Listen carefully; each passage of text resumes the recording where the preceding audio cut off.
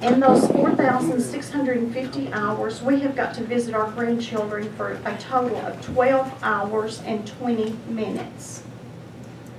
These visits are in a room with baby monitors, so DHS can hear every word we say. Most visits have been where there is a two-way mirror, so they can watch us. We were not allowed any visits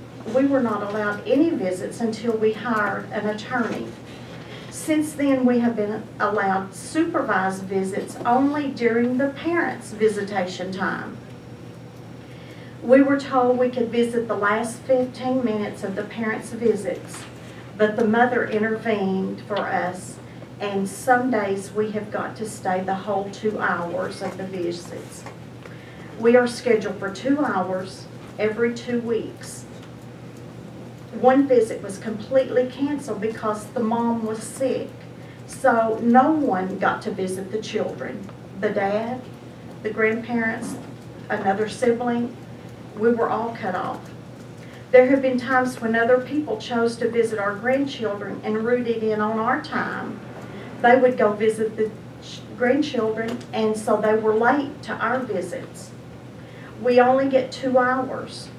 Why can't they schedule their visits on the other 13 days between our visits? We as grandparents have never been notified of the visits. Sometimes the mother is notified and the information given is incorrect.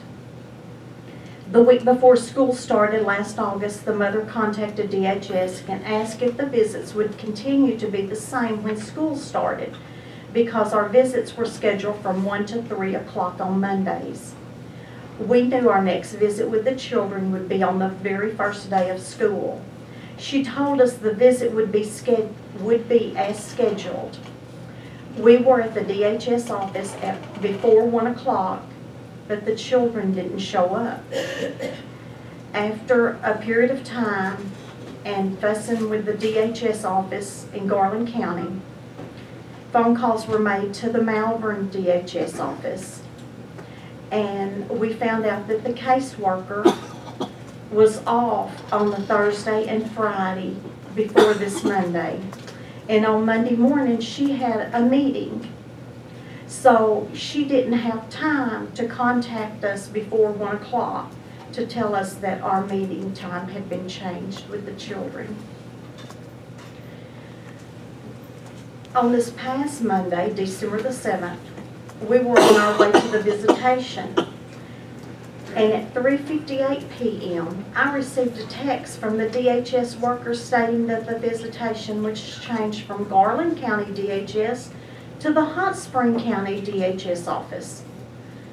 At 2 minutes before our meeting, there was not enough time for us to get to the visitation on time. Hot Spring County DHS says they text the mother with a notice of the change, but the mother didn't receive the notice. So none of the family was available or was aware of the change. DHS called the mother and told her that the visit was being canceled because we were over 15 minutes late. We were about 3 or 4 minutes away from the office when we got the call.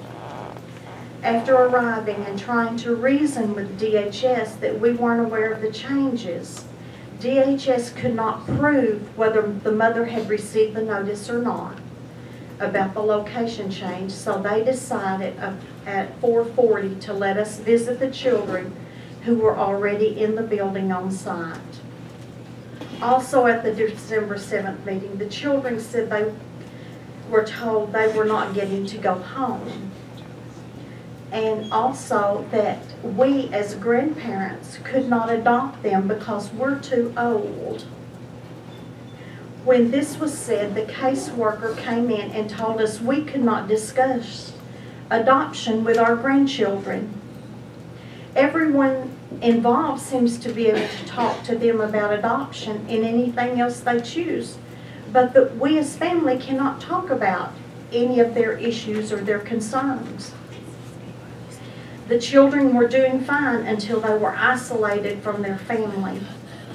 Now they have been taken out of their private school, separated from their family, one child separated from the other two children, and it's taking a toll on all three of our grandchildren.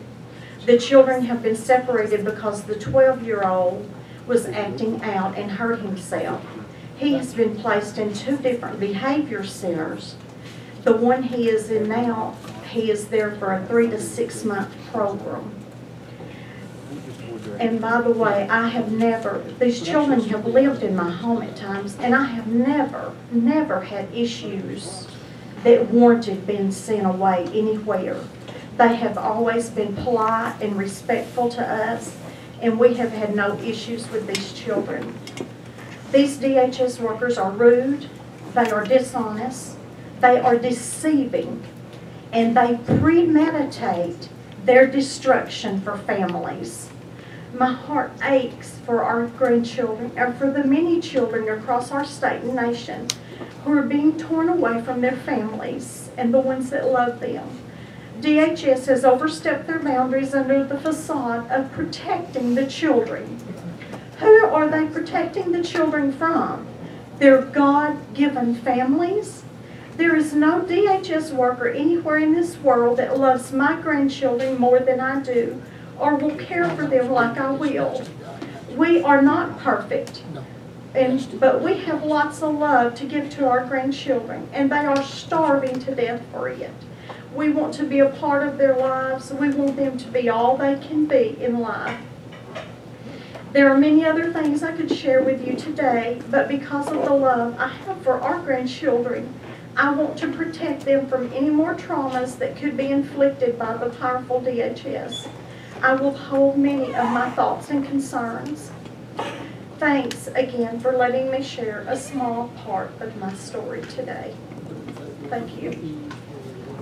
Thank you, Ms. Wilson. Mr. Knowlton.